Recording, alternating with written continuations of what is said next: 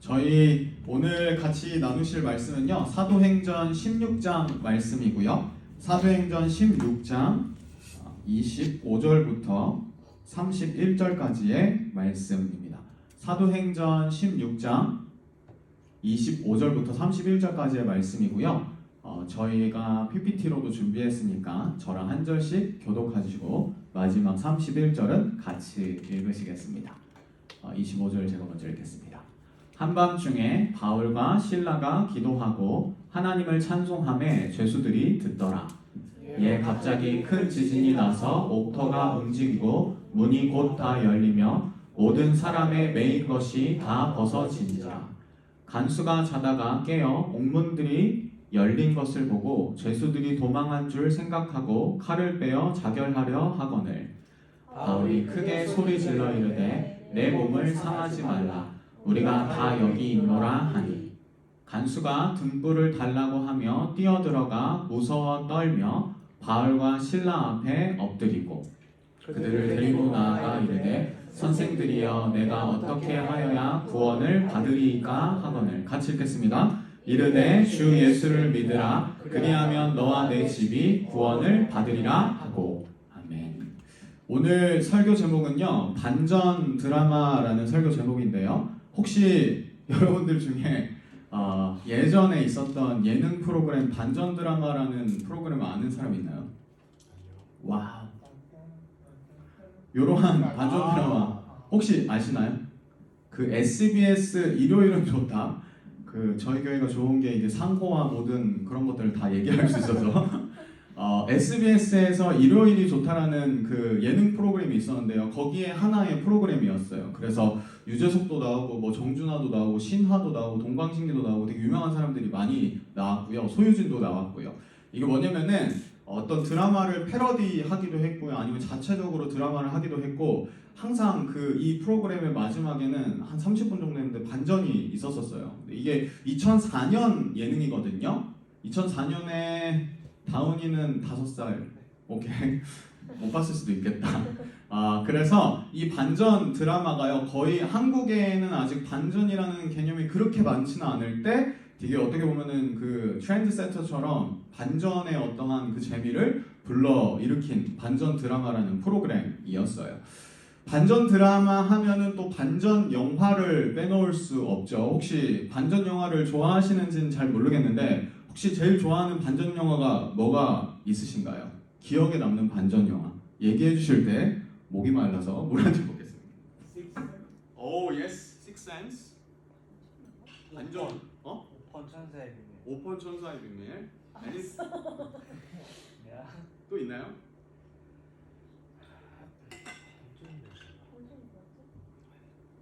유주얼 서스펙트 이런 거. 쩔뚝쩔뚝. 세대가 다르네. 장모님 혹시 아시는 반전 드라마, 반전 영화 없으신가요? 죄송합니다. 나연자매는 반전 영화 뭐 좋아하시는 거 있나요? 있나요? 오케이. 그 반전이 뭐냐면은 이렇게 쭉 영화가 한 2시간 넘게 쭉 이렇게 스토리가 진행되어다가 딱 마지막 한 컷에 반전이 있는 거예요. 그래서 그것이 모든 앞에 있던 얘기들을 리버스 하면서 반전. 그래서 저도 박동익 간사처럼 식스센스를 진짜 좋아하고 이거 보신 분 있나요 혹시? 오, 안 봤으면 좋으신 분들 안 봤으면 진짜 꼭 보세요. 집에 가서. 와우, 진짜 그 이 반전이 딱 나올 때 그 등골에서부터 쫙 올라오는 소름이거든요. 그래서 이 식스센스가 좀 오래된 영화이긴 한데 브루스 윌리스 아저씨 또 모르나요? 와우, 오케이, 컴온. 브루스 윌리스가 주인공을 한 진짜 유명한 반전 영화거든요. 그래서 이 식스센스라는 영화 이후에 반전이라는 개념이 영화에서 되게 많이 이렇게 뭐라 그럴까요?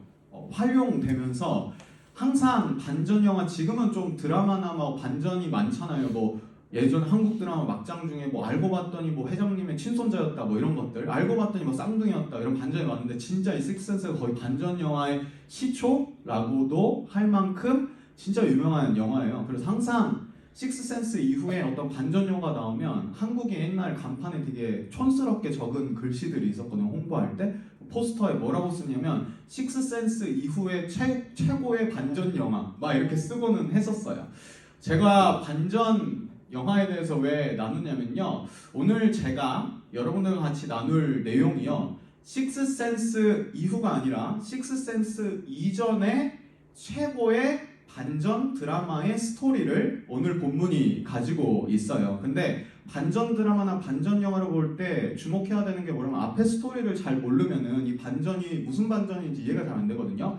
그래서 저희가 사도행전의 백그라운드를 한번 쭉 살펴볼 거예요. 마침 저희가 5월부터 매일 성경 본문이 사도행전을 묵상하고 있어서 우리의 개념에서는 어떻게 보면 프리뷰 한다는 느낌으로 사도행전 백그라운드를 한번 쭉 가보면요. 1장에 예수님께서 이제 하늘로 승천을 하시잖아요. 2장에 저희가 오늘까지 묵상한 본문에 이제 오순절 성령 강림 사건이 있고 초대교회가 시작이 되죠. 3장부터 7장까지 쭉 여러 가지 초대교회에 엄청난 일들이 일어나고요. 지난주에 원영 목사님께서 설교해 주신 본문도 있었었고요. 그리고 8장과 9장에는요. 유명한 얘기 아시죠? 사울이 이제 바울이 된 다메섹 도상에서의 회심이 있었고요. 그러면서 10장, 11장, 12장으로 가게 되면 베드로의 활약이 나옵니다. 베드로가 이제 고넬료와의 어떤 환상을 보면서 이방인에게 복음이 전해져야겠구나 라는 그러한 베드로의 어떠한 활약들이 펼쳐지고요. 이제 13장, 14장, 15장까지 오게 되면 사도 바울과 바나바의 1차 전도 여행이 있게 돼요. 다 여기까지 혹시 다 아시는 내용이죠? 다 아시는 내용. 오케이. 자, 그러고 나서 이제 오늘 본문이 속해 있는 사도행전 16장 본문으로 오게 됩니다. 사도행전 16장에서는요, 이제 2차 전도 여행이 시작이 돼요. 그래서 어떠한 내용들이 있냐면 사도 바울이요, 이제 소아시아라는 지역으로 복음을 전하려고 떠나려고 해요. 소아시아 지역은 지금의 아시아 지역이 아니라 터키 있는 쪽, 예루살렘 이스라엘이랑 가까운 터키 지역 쪽으로 사도 바울이 전도 여행을 떠나려고 해요. 근데 갑자기 마게도냐의 환상이라고 혹시 들어보셨나요? 마게도냐의 환상을 봐요, 사도 바울이. 마게도냐의 사람이 와서 우리를 도우라. 소아시아 지역으로 가지 말고 유럽으로 건너와 마게도냐로 건너와 나를 도우라. 우리에게도 복음을 전해달라라는 마게도냐 환상을 사도 바울이 보게 돼요. 아마 사도 바울은 제이가 아니었나 봐요. 제이였는지 몰라도 제이면 진짜 믿음이 좋은 제이였겠죠. 본인의 계획을 변경하고 마게도냐로 향합니다. 그리고 빌립보에서 있었던 일이 있는데요. 감사하게도 루디아라는 어떠한 옷감 장사를 하는 분이 예수님을 영접하게 돼요. 근데 좋은 일도 있었지만 좋지 않은 일도 있었어요. 오늘의 본문의 배경이 되는 내용인데요. 여러분들 다 아시듯이 이제 16절 가보면요. 바울과 실라가요. 어떤 귀신 들린 점치는 여종을 만나게 됩니다. 그 여종이요. 어떠한 사람이었냐면요. 귀신에 들려서 막 점을 치는 거예요. 근데 사람들이 항상 신기한 일이 있으면은 몰리잖아요. 그래서 그 귀신 들린 여종을 통하여서 그 주인들은 돈을 벌었어요. 왜냐면 점을 치니까 사람들이 몰리니까. 근데 사도 바울과 실라가 그 귀신 들린 여종, 점치는 여종을 만나서 예수님을 소개해줘요. 그리고 귀신이 떠나가게 됩니다. 그래서 그 여종에게서 이제 수익이 더 이상 얻을 수가 없잖아요, 주인들이. 그래서 사도 바울과 실라를 고소해요. 어큐즈하고 고발합니다. 그래서 사도 바울과 실라는 1차 전도여행, 2차 전도여행 계속해서 이렇게 복음을 전한다는 소식을 듣고 아마 사람들에게는 눈의 가시 혹은 주의 대상이었을 것 같아요. 그래서 이러한 여종의 주인이 고발을 했고 사도 바울과 실라가 감옥에 갇히게 됩니다. 그게 오늘의 본문의 백그라운드거든요. 사도행전 16장 22절부터 24절까지 보면 이런 본문이 있어요. 무리가 일제히 일어나 고발하니 상관들이 옷을 찢어 벗기고 매로 치라 하여 많이 친 후에 옥에 가두고 간수에게 명하여 든든히 지키라 하니 그가 이러한 명령을 받아 그들을 깊은 옥에 가두고 그 발을 착고에 든든히 채웠더니 사도 바울과 실라가 고발과 고소를 당하게 되고 감옥에 갇히게 되죠. 엄청 매를 많이 맞았었던 것 같아요. 그리고 발에 착고를 채웠다 하거든요. 착고가 뭔지 잘 모르잖아요. 그래서 제가 구글에 이미지를 검색해 봤습니다.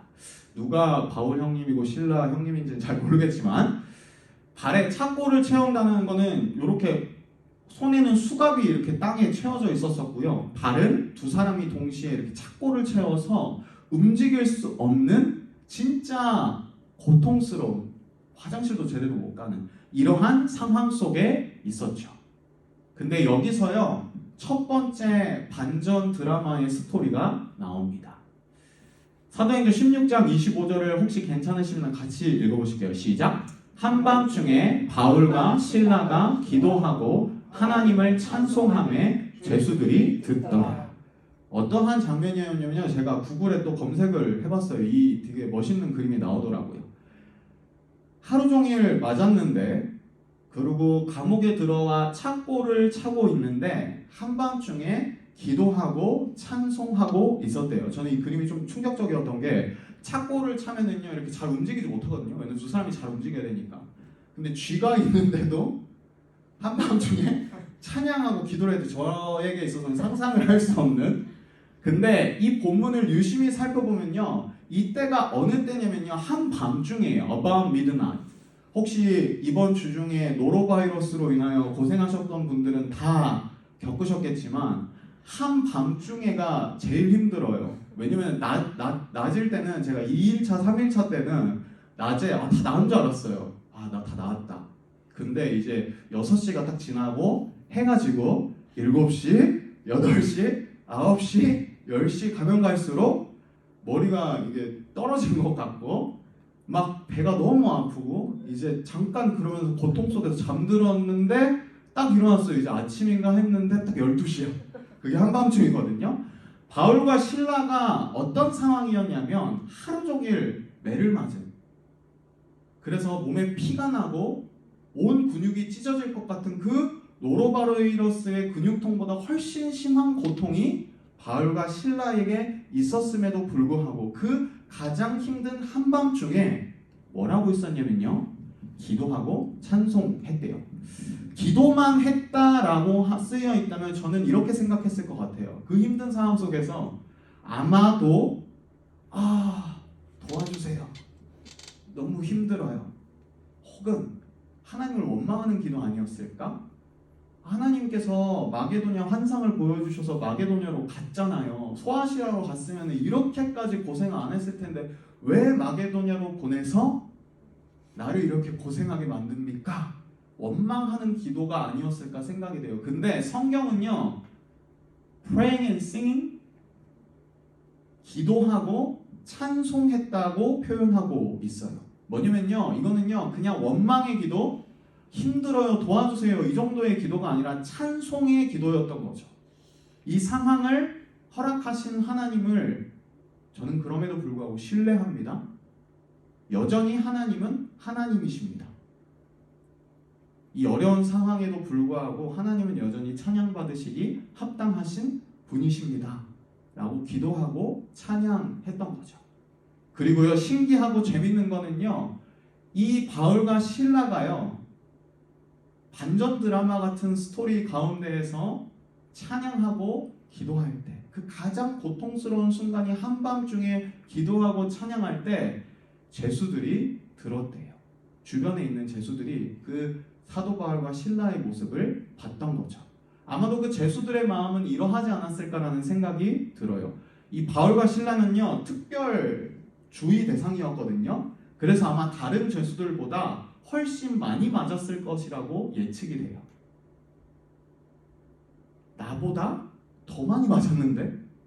바울과 실라는 오늘 맞고 들어왔는데 나는 2, 3일이 지났는데 이렇게 아픈데 어떻게 찬양과 기도를 하는 거지? 도대체 쟤네는 뭐 하는 사람들이지? 그 기도하고 찬양하는 대상은 누구이지? 라는 생각으로 다른 죄수들이 바울과 실라를 바라봤지 않았을까라는 게싱을 해보게 돼요. 자, 한밤중에 바울과 실라가 기도하고 찬양할 때 어떤 일이 벌어졌냐면 저 반전 같은 일이 벌어집니다.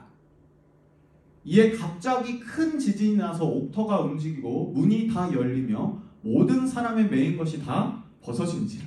저 놀랍게도 갑자기 큰 지진이 일어났어요. 그 감옥 옥터가 무너진대요. 옥터가 무너진다는 건요, 이 벽들이 막 무너지는 거예요. 문이 다 열렸대요. 감옥 문이 열렸대요. 모든 사람의 메인 것, 수갑, 착고 이런 것들이 벗어지고 풀려진 거죠. 할렐루야죠. 그리고 27절에는 이런 본문이 있습니다. 간수가 자다가 깨어 옥문들이 열린 것을 보고 죄수들이 도망한 줄 생각하고 칼을 빼어 자결하려 하거늘. 간수는요, 아마 이 바울과 실라를 인차지 했었던 chief 간수 요 정도 됐었을 것 같아요. 잠이 들었던 거죠. 옥문들이 열리고 지진이 나고 막 이 상황을 본 거예요. 그리고 아마도 사도 바울과 실라가 무조건 도망갔을 것이라고 생각했을 거예요. 왜냐면 다른 죄수도 아마 다 도망갔을 거거든요. 그래서 칼을 빼어 자결하려 했대요.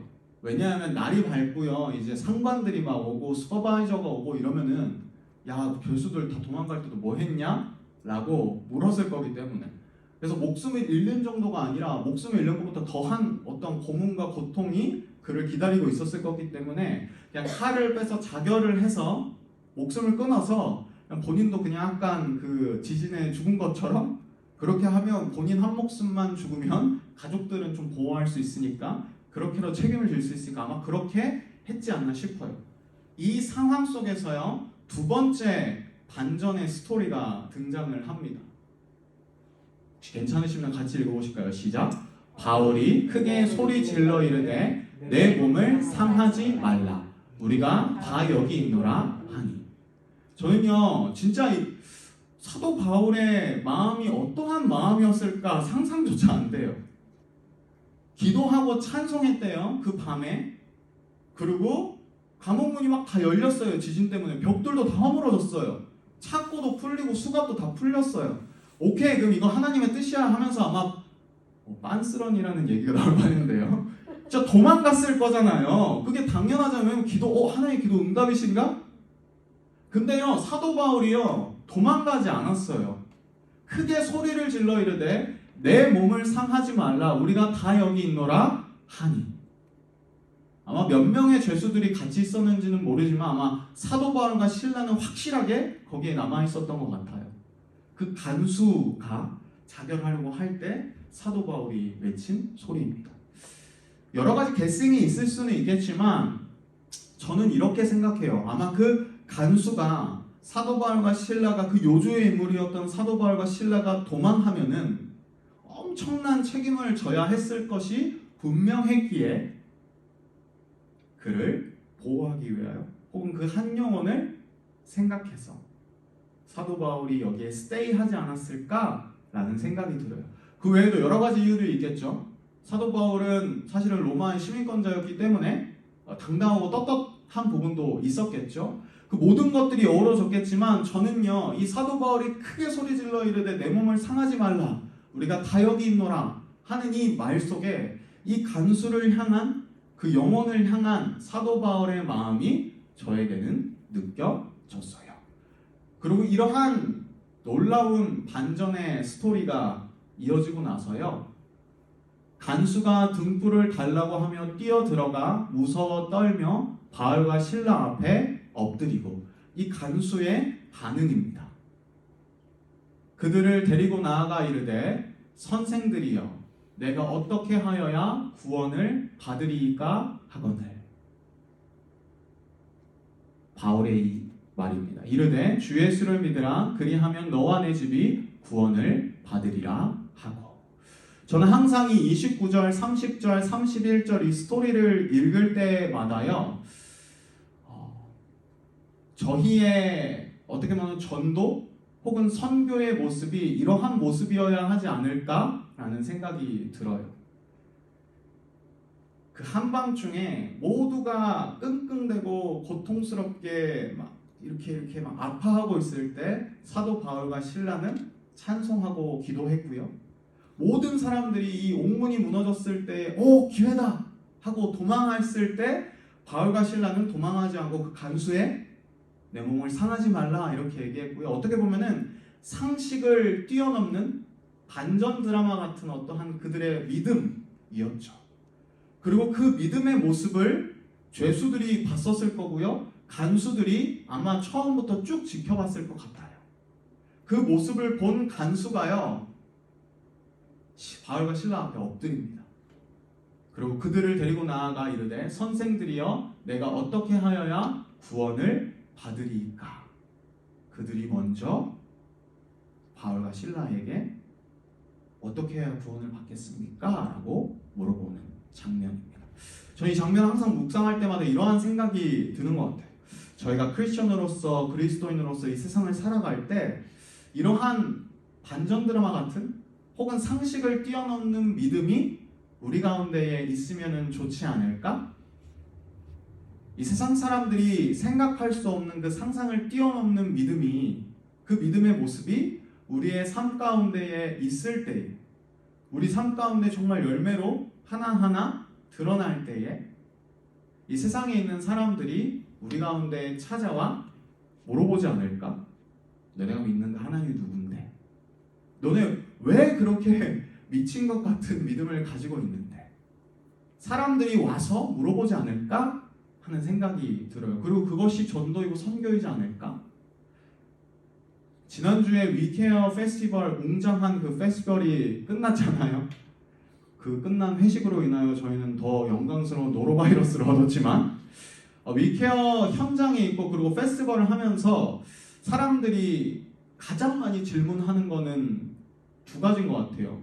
What is this? 뭐 하는데요? 두 번째는 Why are you serving? 왜 섬겨? 그럴 때마다 각자의 대답은 다르겠지만 저의 대답은 이랬던 것 같아요. 우리는 그리스도인이야, 크리스천이야. 그리고 우리는 그냥 하나님의 사랑을 이러한 방법으로 표현하고 싶었어. 우리는 그냥 이게 교회라고 생각해.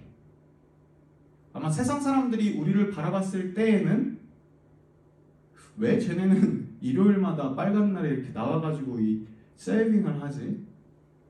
왜 날씬에 이렇게 꾸리꾸리한데 웃고 있지? 이 무거운 막 보도블록 그 텐트 그거 막 내가 봤을 때 한 5kg나 했던 것 같아요. 내가 못 드는 거 보니까. 그거를 막 옮기면서 왜 룰루랄라 그러고 있지? 근데 저는 그 모습이 이 본문에서 저는 묵상됐던 것 같아요. 바울과 실라가 그 상식을 뛰어넘는 반전 드라마 같은 그 믿음의 모습을 보였을 때 사람들은 찾아옵니다. 물어봅니다. 내가 어찌하여 구원을 받으리까? 너가 믿는 그 하나님이 누구니? 너가 믿고 있는 그 신앙이 무엇인가? 그리고 우리는 이렇게 대답하겠죠. 주 예수를 믿으라. 그리하면 너와 내 집이 구원을 받으리라. 근데 고민이 있는 것 같아요. 저한테 있고요. 아마 우리 모두에게 있는 것 같아요. 그럼 이 last message 언제 우리가 전하지? 그거는요. 아마 사도 바울에게 마게도냐 환상처럼 성령이 찾아오셔서 말씀했던 것처럼 아마 우리들 마음에도 그 각자의 그 타이밍에 감동을 주시지 않을까라는 생각이 들어요. 그때 우리가 speak out, 우리가 같이 전할 수 있는 거지 않을까라는 생각이 들어요. 저희가 두 가지 반전 드라마의 스토리를 봤고요. 이제 마지막 반전 드라마의 스토리가 하나 남아 있습니다. 그게 뭐냐면요. 마지막 반전 스토리는요. 복음 itself입니다. 복음 그 자체. 제가 몇 가지 글을 좀 정리해봤는데요. 신이 인간과 교제하기 원하신다. 신, 이 세상을 모두 창조하시고 그 피조물 인간들을 모두 창조하신 그 신이 인간과 교제하기를 원하신다. 그 신이 인간을 섬기기 위하여 이 땅에 오셨다. 그 신이 인간을 살리기 위하여 죽으셨다. 그 신은 우리를, 금쪽이 같은 우리를 여전히 사랑하신다. 이게 이 복음 그 자체가 이 세상에 있는 모든 반전 스토리 중에 가장 감동적이고 가장 최고의 반전 스토리이지 않을까 싶어요. 굳이 우리를 만들지 않으셔도 되는데 교제하시고 사랑하셔서 우리를 만드시고 그냥 만들어놨으면 그냥 방치하셔도 되는데 우리의 연약함과 우리의 부족함과 우리의 죄성을 보시고 우리를 섬기기 위하여 이 땅에 오시고 우리를 살리기 위하여 죽으시고 부활하시고 그리고 여전히 뒤통수 치고 여전히 도망가고 여전히 그 하나님을 바라보지 못하는 우리를 향하여 여전히 사랑하신다라고 말씀하시는 이 복음이 가장 큰 반전 드라마, 가장 감동적인 반전 드라마이지 않을까 싶어요. 그리고 이사야서 11장에는요, 그 예수 그리스도께서 오실 때에 그 마지막 날, 그 하나님 나라에 대한 이야기가 나오고 있습니다. 6절에 그때에 이리가 어린 양과 함께 살며 표범이 어린 염소와 함께 누우며 송아지와 어린 사자와 살진 짐승이 함께 있으며 어린아이에게 끌리며, 말도 안 되는 일이죠. 이리가 어린 양과 같이 있대요. 먹잇감과 사냥꾼이 같이 있대요. 암소와 곰이 함께 먹으며 그것들의 새끼가 함께 엎드리며 사자가 소처럼 풀을 먹을 것이며 젖 먹는 아이가 독사의 구멍에서 장난하며 젖된 어린 아이가 독사의 불에 손을 넣을 것이라. 말도 안 되는 반전의 반전들이 일어나는, 그것이 하나님의 나라에서는 일어나는 일. 그 옛날 찬양 중에 그 찬양 장모님 아실 것 같은데, 사자들이 어린 양과 뛰놀고, 그거에 이 말씀에서 나오는 거거든요. 복음이요 그런 거예요. 그 하나님의 나라가 그런 거죠. 그리고 저희는요 그 하나님의 나라의 가치를 가지고 이 세상을 살아가는 사람들인 거죠. 마치 사도 바울이 밤중에 가장 고통스러울 때에 찬송하고 기도했던 것처럼, 모든 사람들이 옥문이 무너지고 메인 것들이 도망갔을 때 바울과 실라는 간수를 위하여 도망가지 않고 그 가운데 스테이하면서 내 몸을 상하게 하지 말라 했던 것처럼, 사자들이 어린 양과 뛰노는 그 말도 안 되는 그 일들이 그 하나님의 나라를 믿는 우리 가운데에는 그냥 당연하게 일어나는 것들, 어떻게 보면 세상의 가치와 세상이 정해놓은 기준들이 있잖아요. 그것들과는 다르게 하나님의 나라의 가치, 정말 그리스도를 아는 사람들의 삶의 모습은 어떠한 모습들이어야 할까를 우리가 삶으로 살아가는 자들, 그것들이 가능한 이유는 뭐냐면 가장 말도 안 되는 그 복음, 이 세상의 최고의 반전인 그 복음, 신이신 예수님이 우리를 위하여 죽기 위하여 우리를 살리기 위하여 이 땅 가운데 오셨다라는 그 복음의 반전의 비밀을 알기 때문에 이 세상을 우리가 역행하며 상식을 뛰어넘는 믿음을 가지고 우리가 이 땅을 살아갈 수 있는 거죠. 그래서 저는요 우리의 삶에 그러한 모습들이 가득했으면 좋겠어요. 그리고 위케어의 현장 속에서도요 계속해서 그 일들이 일어났으면 좋겠습니다. 그리고 여러분들이 발 딛고 있는 그 직장, 가정, 어떠한 자리든지 간에 이 반전 드라마가 계속해서 이어졌으면 좋겠습니다. 그 하나님의 나라의 가치로 한 걸음 한 걸음 한 걸음 걸어가다가, 그리고 기회가 된다면 혹은 성령께서 마음을 주신다면 복음에 대해서 전하는 거죠. 그 사람들이 물어볼 때, 여러분 주변에 있는 사람들이 물어볼 때, 너 왜 여길 섬기냐? 위케어 뭐냐? 혹은 너는 좀 다른 것 같은데 왜 너는 그렇게 다를까? 했을 때 그냥 브레이브하게 이 복음을 speak out 하세요. 근데 복음 itself가, 이 자체가 그냥 최고의 반전 드라마인 거예요. 복음의 능력이 있는 거죠. 신이신 하나님이, 예수님이 이 땅 가운데 오셔서 우리를 죽으셨고 부활하셨다는 이 최고의 반전 스토리 itself가, 그 말씀이 speak out 하셔서 그들의 마음을 변화시키시지 않을까라는 소망과 확신이 있습니다. 그래서 우리가 그 위케어 현장 속에서 혹은 우리의 삶의 자리에서, 환자들을 만나는 그 자리에서, 우리가 일하는 그 직장 혹은 발 딛고 있는 그 모든 곳들에서 계속하여서 이 반전 드라마를 써내려가고 걸어가는 저희 모두가 되었으면 좋겠습니다.